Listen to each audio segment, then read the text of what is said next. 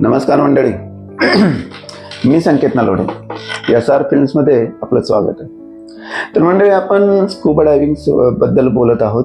पहिला व्हिडिओ आपण बनवला तो स्कुबा हे ॲडव्हेंचर स्पोर्ट का आहे आणि कोण करू शकते किंवा ते का वेगळं आहे. आता पुढचं थोडंसं टेक्निकल आपण पाहणार आहोत की हे स्कुबा स्पोर्ट जो आहे तो म्हणजे त्याच्यासाठी काही स्टँडर्ड आहेत का. म्हणजे स्टँडर्ड म्हणजे काय, किंवा जसं आपण आता एखादी कंपनी असेल तर त्याला आपण ISO आहे का, म्हणजे बाबा ते क्वालिटी मेंटेन करण्यासाठी क्वालिटी स्टँडर्ड जे आहे तर ते ISO 9001 2015 हे एक झालं की जे कंपनीचं कामकाज व्यवस्थित चाललंय की नाही हे चेक करण्यासाठी आपल्याला ते ISO घ्यावं लागते. किंवा इन्व्हायरमेंटल स्टँडर्ड जर घ्यायचे असतील तर तेच एक ISOचं वेगळं झालं. तर असे इंटरनॅशनल ऑर्गनायझेशन ऑफ स्टँडर्ड्स म्हणून जे ISO आहे तर त्याच्या अंडर हे स्कुबाचं येतं का. तर स्कुबा डायव्हिंग कोर्स किंवा स्कुबा डायव्हिंग जे आहे ते कसं फॉलो करायचं किंवा त्यासाठी काही नियमावली आहेत, अशा नियमावली तयार केलेल्या आहेत आणि तसे ISOचे स्टँडर्ड आहेत. त्याच्याविषयी आपण चर्चा करणार आहोत. आणि त्यानंतर वेगवेगळ्या टाईपच्या डाईव्ह कशा असतात, काय नाही फक्त बाबा उडी मारली की समुद्रात गेलो आणि आलो बाहेर असं आहे का, तर नाही आहे. त्यात वेगवेगळ्या प्रकारचे डाईव्ह आहेत आणि आता नवीन डाईव्ह सिस्टीम्स कशा आलेल्या आहेत तर त्याच्याविषयी आपण थोडं आता चर्चा करणार आहोत या व्हिडिओमध्ये. तर मंडळी, ISO जे आता आपण बोललो स्टँडर्ड, त्याच्यामध्ये 3 स्टँडर्ड्स आहेत ते स्कुबासाठी आहेत. म्हणजे एक झाला ISO 24801, ISO 24802 आणि ISO 24803. तर त्याच्यामध्ये ISO 24801 जे आहे ते आहे डायव्हर ट्रेनिंग. म्हणजे एखादा नवखा माणूस ज्यावेळी स्कुबा डायव्हिंग करायला येतो आणि तो कोर्स जॉईन करतो त्यावेळी त्याला सुरुवातीला कसं असतं, आता ओपन वॉटर डायव्हिंग, मी देखील ओपन वॉटर डाईव्ह आणि ॲडव्हान्स डायव्हिंग आणि नायट्रॉक्स डायव्हिंग केलेलं आहे, कोर्सेस केलेले आहेत ते.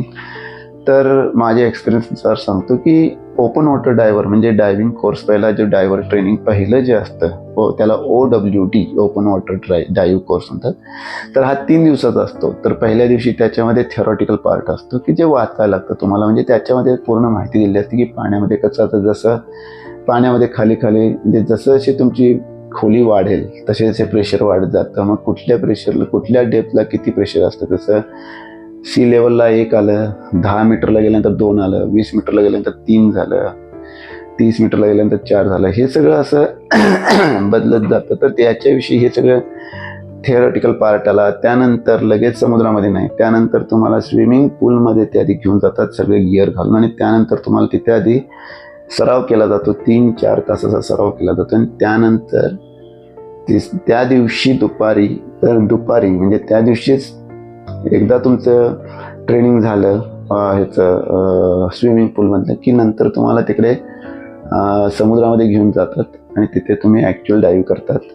तर हे सगळं डायव्हर ट्रेनिंग सुरुवातीचं जे आहे ते कसं करायचं हे याच्याबद्दल जो नॉर्मल प्रोसिजर जी आहे ती ISO 24801 मध्ये दिलेली आहे. याच्यामध्ये देखील लेवल 1, 2, 3 अशा झाल्या. म्हणजे लेवल 1 म्हणजे एकदमच फ्रेश आहे की ज्याला जमत सुरुवातच एकदम आहे त्याची, किंवा 2, 3 या सगळ्या लेवल झाल्या डायव्हर ट्रेनिंगच्या. त्यानंतर झाली ISO 24802. तर ती कशासाठी आहे, इन्स्ट्रक्टर ट्रेनिंग. म्हणजे आता कसं झालं, मी डाईव्ह करतो पण मला मदत करायला जे इन्स्ट्रक्टर असतात ते खरोखर त्या लेवलचे आहेत का. तर त्याच्यासाठी ISO 24802 याच्यामध्ये प्रोसिजर दिलेली आहे आणि ती त्यांना फॉलो करावी लागते. तर त्याच्यामध्ये काय झालं, लेवल 1 आणि लेवल 2 झाले. म्हणजे आता पहिल्यांदा आता जे इन्स्ट्रक्टर आहेत त्यांना ऑलरेडी हे डायव्हिंग सुरुवातीला कोर्सेस कंप्लीट केलेच पाहिजेत. ते डायव्हिंग कोर्सेस कंप्लीट केल्यानंतर त्यांना जर वाटलं ठीक आहे मी याच्यामध्ये माझं करिअर करू शकतो का, तर करिअर करू शकतो. तर त्याच्यासाठी ते मग ठीक आहे, ते मी आता आपण बोलल्याप्रमाणे SSI आणि PADI ह्या ज्या ऑथराइज्ड म्हणजे मेन कंट्रोलिंग बॉडीज आहेत ते हे ISO फॉलो करतात. तर मी त्यांना परत ऑथराइज सेंटरना अप्रोच केलं की नाही मला याच्यामध्ये इन्स्ट्रक्टर म्हणून काम करायचं आहे. तर तुम्हाला त्याचं पुढचं ट्रेनिंग दिलं जातं जे ISO 24802च्या नियमावलीनुसार असतं. तर डायरेक्ट तुम्हाला डाईव्ह इन्स्ट्रक्टर करतात का? तर नाही. त्यांना सुरुवातीला ट्रेनिंग देतात आणि त्यानंतर तुम्ही लेवल 1 होतात. लेवल 1 म्हणजे इन्स्ट्रक्टर असिस्टंट, म्हणजे मेन जे इन्स्ट्रक्टर ऑलरेडी आहेत त्यांना असिस्ट करायचं. ते कसे ट्रेनिंग देतात, काय करतात, काय काय फॉलो करावं लागतो, सगळी काळजी कशी घ्यावी लागते. जसं आता नौखे जे असतात, जे ट्राय डाईव्ह म्हणा किंवा हे डाईव्ह ट्रेनिंग डायव्हर जे असतात ट्रेनिंग घ्यायला, त्यांना लगेच सगळं समजत नाही. तर त्यांना ते आता मेन इन्स्ट्रक्टर असेल त्याच्या हाताखाली थांबून त्यांना ते पूर्ण हे करायचं, असिस्ट करायचं की बाबा ठीक आहे तुम्ही ही व्यवस्थित लावले का, ते व्यवस्थित लावले का, जसं रेग्युलेटर व्यवस्थित माउथ पीस व्यवस्थित बसवलं आहे का, सिलेंडर तुमचं व्यवस्थित तुम्ही टाईट बसवलेलं आहे का तुमच्या पाठीला, कारण का ते निघायला नको आहे, निघलं तर अवघड होईल. पुन्हा तुमचं माउथ पीस ओके आहे का, सगळं व्यवस्थित काम करते का, त्यानंतर ते व्यवस्थित आणलं आहे का, हे सगळं ते इन्स्ट्रक्टरचा असिस्टंट आणि इन्स्ट्रक्टर सांगेल ते सगळं फॉलो करायचं. त्यासाठी लेवल 1 ट्रेनिंग झालं. आणि लेवल 2 म्हणजे त्याच्यामध्ये ओपन वॉटर स्कुबा इन्स्ट्रक्टर, म्हणजे ज्यावेळी त्यांना वाटेल की बाबा हा असिस्टंट आता व्यवस्थित करतो आणि हा आता पुढे व्यवस्थित सगळ्यांना शिकवेल, तर त्याला नंतर मग पुन्हा स्कुबा इन्स्ट्रक्टर म्हणून प्रमोशन मिळतं आणि तो स्कुबा इन्स्ट्रक्टर होऊ शकतो. तर त्याच्या संदर्भात ISO 24802 मध्ये सांगितलेलं आहे.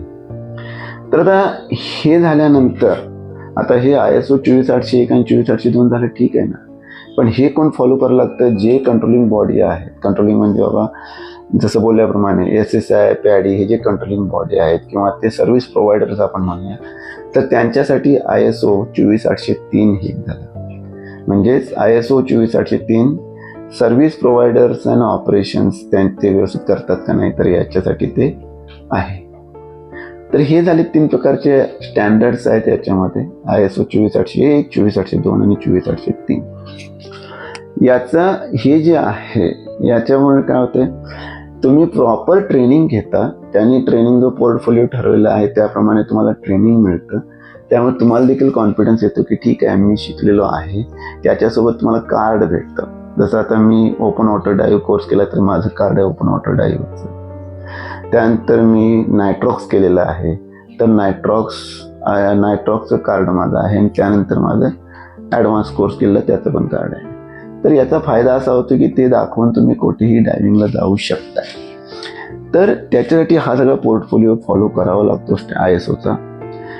आणि ते झाल्यानंतर आता ISO 24803 मध्ये नियमावली काय असणार आहे, तर स्कुबा हे SSI, PADI किंवा ह्या बाकीच्या कंट्रोलिंग बॉडीज आहेत त्या व्यवस्थित फॉलो करतात का, किंवा त्यांनी जे नियमावली ज्या ISOला धरून त्यांनी काही नियमावली आपली बनवलेली आहे ती व्यवस्थित त्यांच्या ऑथराइज सेंटर फॉलो करतात का हे चेक करायला. तर ते बनवण्यासाठी जेव्हा त्यांची नियमावली जी आहे ती बनवण्यासाठी ISO 24803चा रेफरन्स घ्यावा लागतो. त्यानंतर आता टाईप आल्या डाईव्हच्या, म्हणजे डाईव्ह बाबा फक्त ठीक आहे मी फक्त मला डाईव्ह करायचं आहे, गेलो पाण्यामध्ये गेलो सगळं पाहिलं मी आलो, झाली का डाईव्ह? तर नाही, अशा वेगवेगळ्या प्रकारच्या डाईव्ह आहेत. तर त्याच्याविषयी आपण बघूया. एक झाली रिक्रिएशनल डाईव्ह.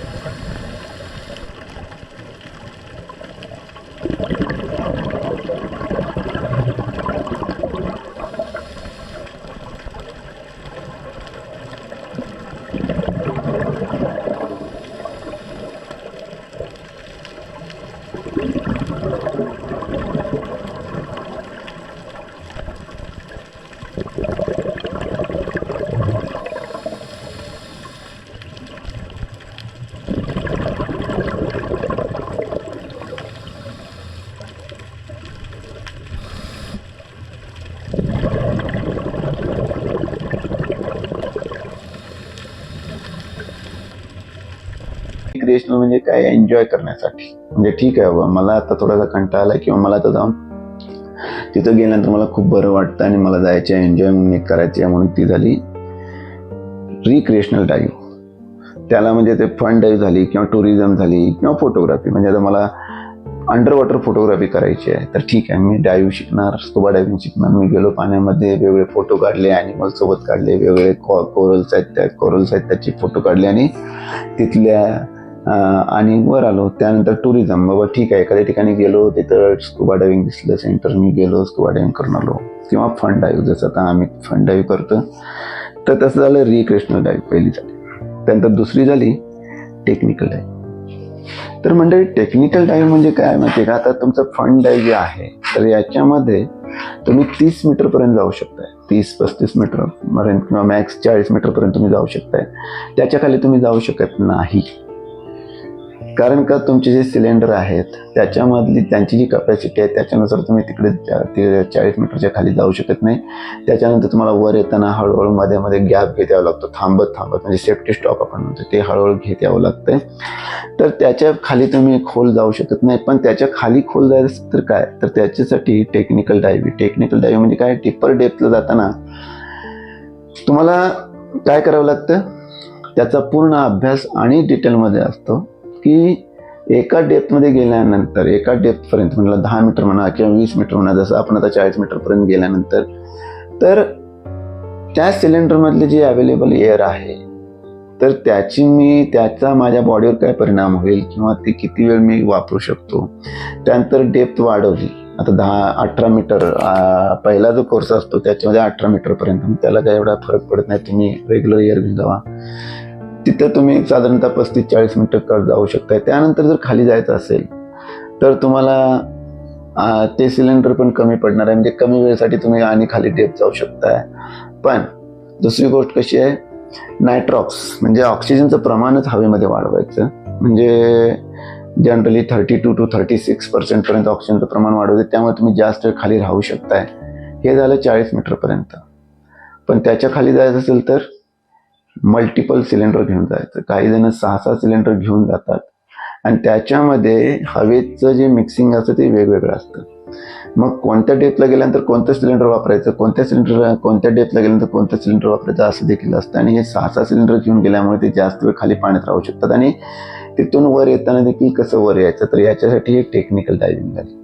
तर म्हणजे टेक्निकल डायव्हिंग कशासाठी, आता हे आपण फन टुरिझम म्हणून केलं, ठीक आहे, 30 मीटरपर्यंत केलं. पण टेक्निकल डायव्हिंग म्हणजे एखादी बोट बुडालेली आहे त्याची माहिती काढायची आहे, किंवा एखादं काही माहिती काढायची. आता समजा खाली ऑइलचा साठा आहे का, किंवा हे सगळं बघायचं असेल, किंवा आणि खाली जाऊन काहीतरी म्हणजे टेक्निकली जे खरोखर कमर्शियल लेवलला आपण म्हणू शकतो की जाऊ शकतो आपण, तर त्याच्यासाठी हे झालं टेक्निकल डायव्हिंग. त्यानंतर रेक डायव्हिंग हा एक प्रकार आहे. रेक डायव्हिंग म्हणजे काय की जुन्या शिप ज्या बुडालेल्या असतात, म्हणजे समजा आता टायटॅनिक, तर नाहीतर बाकीच्या शिप्स म्हणा ज्या बुडलेल्या असतात, तर त्यात कोणी काढत नाही, तसेच पडून राहतात, कारण का त्यांना काढण्याचाच खर्च एवढा आहे. आणि काढल्यानंतर त्याच्यावर जो पाण्याचा परिणाम झालेला असतो सॉल्ट वॉटरचा, ते स्वच्छ करण्यापेक्षा नवीन शिप केलेली बरी पडते, मग ती तशीच पडून राहते. मग जे शिप बुडालेले आहेत किंवा एअरक्राफ्ट विमानं जी बुडालेली आहेत तशीच राहिली आहेत, ते जाऊन बघायला त्यांची काय कंडिशन आहे, कसं होतं, काय होतं, तर हे सगळं बघण्यासाठी रेक डायव्हिंग. पण याच्यामध्ये कसं आहे माहिती आहे का हे वेगळं आहे. आपलं रिक्रिएशनल म्हणजे फन डायव्हिंग म्हणजे काय, आपण खाली गेलो, पाहिलं, फिरलो, वर आलो. पण रेक डायव्हिंग म्हणजे काय, वेगळं काय आहे, तर त्याच्यामध्ये बोट असते, तर त्या बोटीमध्ये जी बुडालेली बोट आहे त्याच्या कुठेतरी खाली जाणे, कुठं वर जाणे, मग कुठून जाणे, मग ते काय झालेलं असेल, तिथे काय कंडिशन असेल, मग कसं जायचं, मग कसं बाहेर यायचं, किंवा तिथलं ॲटमॉस्फिअर पुन्हा वेगळं आलं, कंट्रोल्ड ॲटमॉस्फिअर आलं, तिथं लाईट नसली तर काय, मला टॉर्च वापरावी लागेल, तर टॉर्च कशी वापरायची, काय वापरायची, पुन्हा ते कुठून जायचं. म्हणजे आता तुम्ही एकटे तर जाणार नाही आहे, तुमच्यासोबत कोणतरी एक्सपिरियन्स तुमचा गाईड असेल तर तो सांगेल बोट अशी आहे, तुम्ही इकडून एंट्री मारायची, इकडून जायचं नाही तर इथं असं होईल, तिथं होईल, पुन्हा तुम्ही आता अडकू शकताय का, कारण का आतमध्ये कुठले ॲनिमल किंवा कुठली झाड वगैरे वाढलं असेल, वेली वगैरे वाढले असतील, त्यामुळे तुम्ही अडकून पडायला नको, याच्यासाठी हे तर सगळं ट्रेनिंग त्या रेक डायव्हिंगमध्ये देतात. तर हा झाला रेक डायव्हिंग म्हणजे वेगळा प्रकार झाला. त्यानंतर दुसरं झालं केव्ह किंवा कॅव्हर्न डायव्हिंग. म्हणजे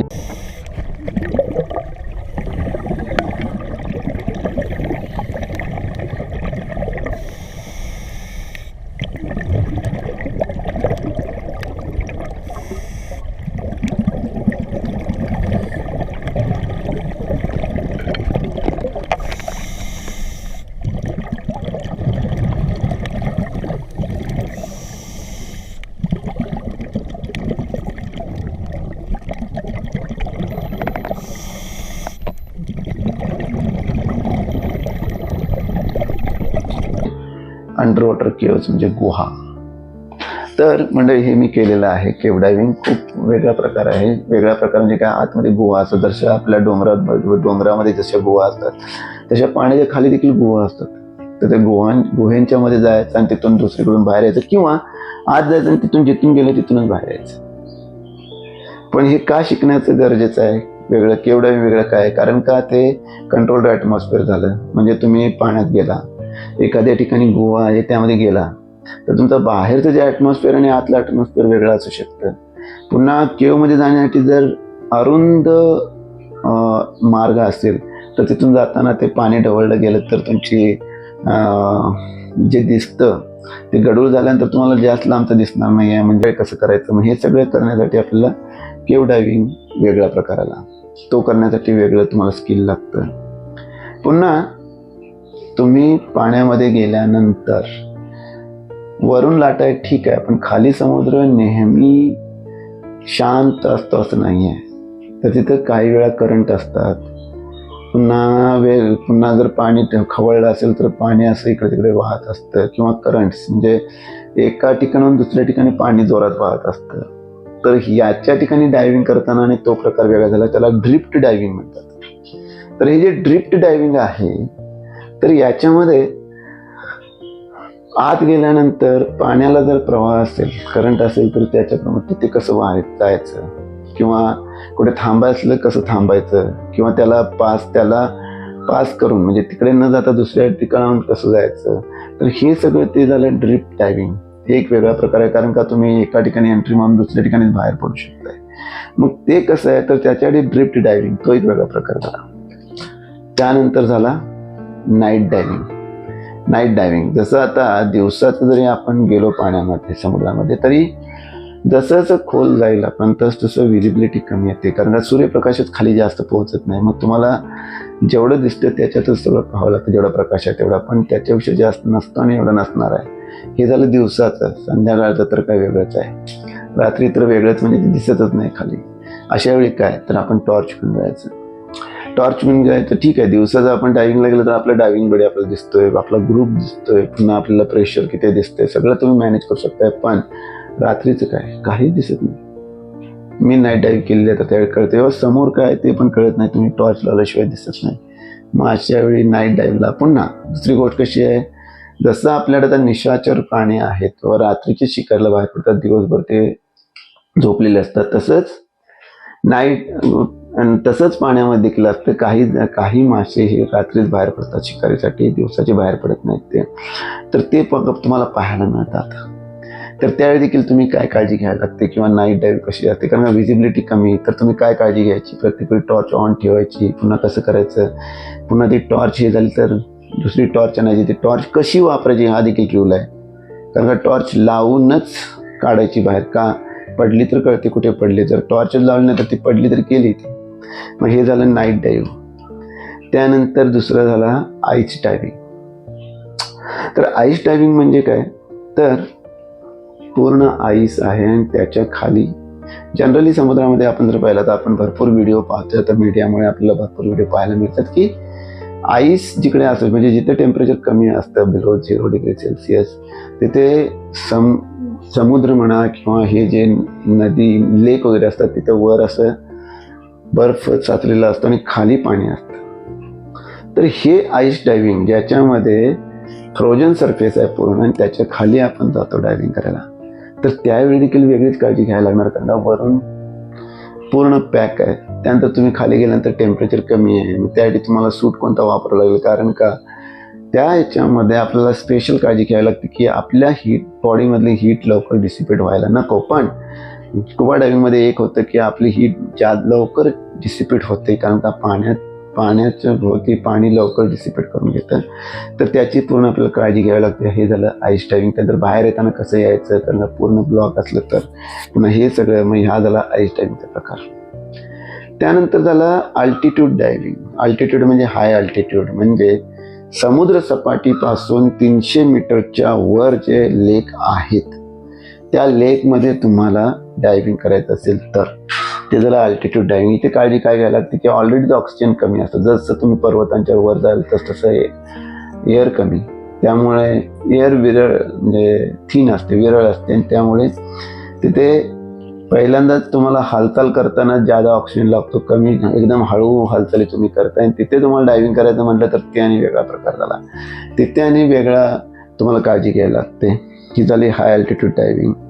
आणि त्यानंतर झाली सायंटिफिक डायव्हिंग. सायंटिफिक डायव्हिंग म्हणजे एखादा काहीतरी रिसर्च करायचं आहे, जसं आता पाण्याच्या खाली जाऊन हा या अल्टिट्यूडला कोणते मासे आहेत, या डेप्थमध्ये कोणते मासे असतील, पुन्हा त्यांचं हॅबिटेट कसं आहे किंवा कसे राहतात, त्यानंतर त्याच्या खाली गेलं तर कोणते मासे लागतात, हे सगळं हा रिसर्च करण्यासाठी हे झाला सायंटिफिक डायव्हिंग. त्यानंतर पाण्याच्या खाली काहीतरी कन्स्ट्रक्ट करायचं असेल आपल्याला तर, जसं आता काही ज्या जहाज आहेत त्या अंडर वॉटर देखील खूप खोल असतात, तर त्यांना आतून कधी घाण झाले तरी स्वच्छ करण्यासाठी वगैरे जी माणसं जातात त्यांना जास्त वेळ थांबण्यासाठी म्हणून स्कुबा डायव्हिंग करावं लागतं.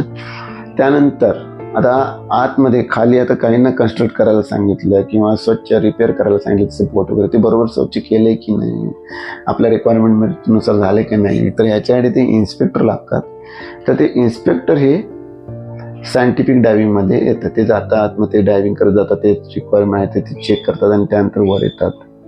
त्यानंतर मेंटेनन्स तिथला, आता बोटीच्या खालचे पार्ट काहीतरी मेंटेनन्स करायचा त्यांचा, तर त्यांना तिथे जावा, तो खोलून आणा, पुन्हा त्याला रिपेअर करून खाली बसवा, किंवा तिथे जाऊन जर लोकल एखादा स्क्रू नाही, नट नाही, तो बसवायचा तिथे देखील बसू शकतो. तर ही झाली सायंटिफिक डायव्हिंग. तर असे 5, 6, 7, 8, 9 प्रकारच्या डायव्ह झाल्या.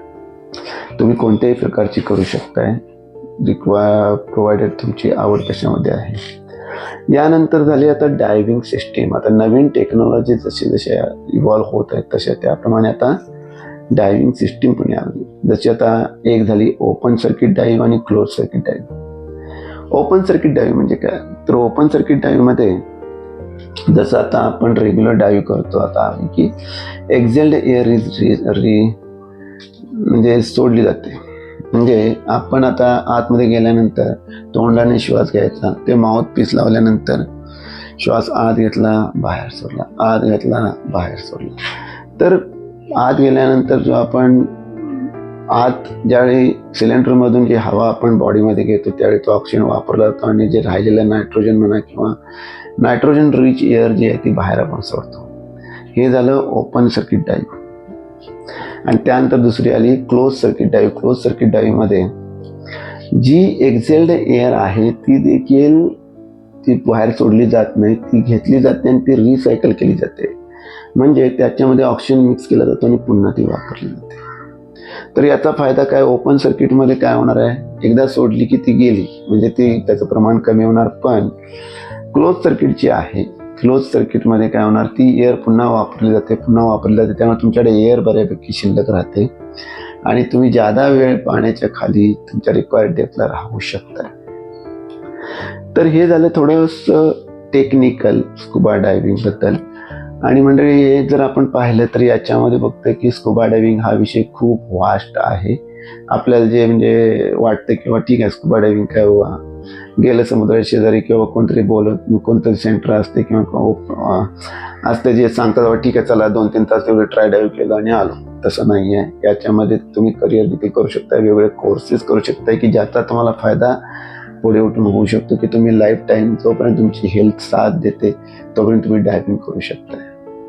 तर हा झाला दुसरा व्हिडिओ. तर पुढच्या व्हिडिओमध्ये आपण लवकरच भेटू. तोपर्यंत नमस्कार.